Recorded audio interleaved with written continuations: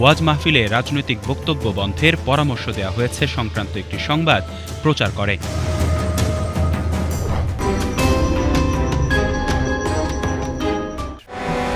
প্রধান উপদেষ্টার মতবিনিময় সভায় দুজন জেলা প্রশাসকের পক্ষ থেকে ওয়াজ মাহফিলে রাজনৈতিক বক্তব্য বন্ধের পরামর্শ দেওয়া হয়েছে।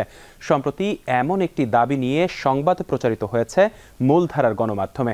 বরাবরের মতোই সেই সংবাদ প্রচার পেয়েছে সোশ্যাল মিডিয়ায়।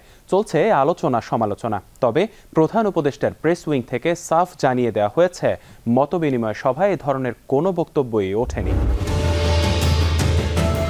গেল 17 নভেম্বর প্রধান উপদেষ্টা প্রফেসর মোহাম্মদ ইউনূসের সঙ্গে 64 জেলার ডিসি ও 8 বিভাগীয় কমিশনারের একটি মতবিনিময় সভা অনুষ্ঠিত হয়। দেশের বেশ কয়েকটি সংবাদ মাধ্যমে এই সভার কথা উল্লেখ করে ওয়াজ মাহফিলে রাজনৈতিক বক্তব্য বন্ধের পরামর্শ দেওয়া হয়েছে সংক্রান্ত একটি সংবাদ প্রচার করে।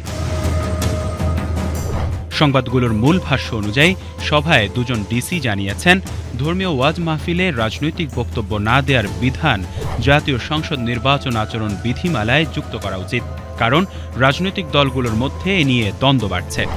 বিষয়টি নিয়ে সোশ্যাল মিডিয়ায় ওঠে নানা বিতর্ক।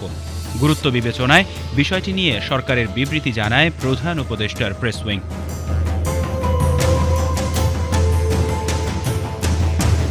গণমাধ্যমগুলোর এই সংবাদগুলোকে ভুয়া হিসেবে চিহ্নিত করে প্রধান উপদেষ্টার প্রেস উইং। 18 নভেম্বর প্রেস উইংয়ের ফেসবুক পেজে তথ্য তুলে ধরা হয়।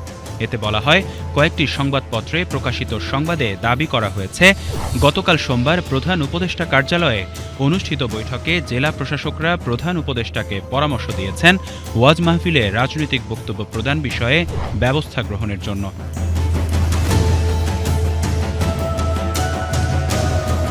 প্রকৃতপক্ষে ওই বৈঠকে দুজন জেলা প্রশাসক ও একজন বিভাগীয় কমিশনার বক্তব্য রাখলেও এমন কোনো আলোচনা কেউই করেননি।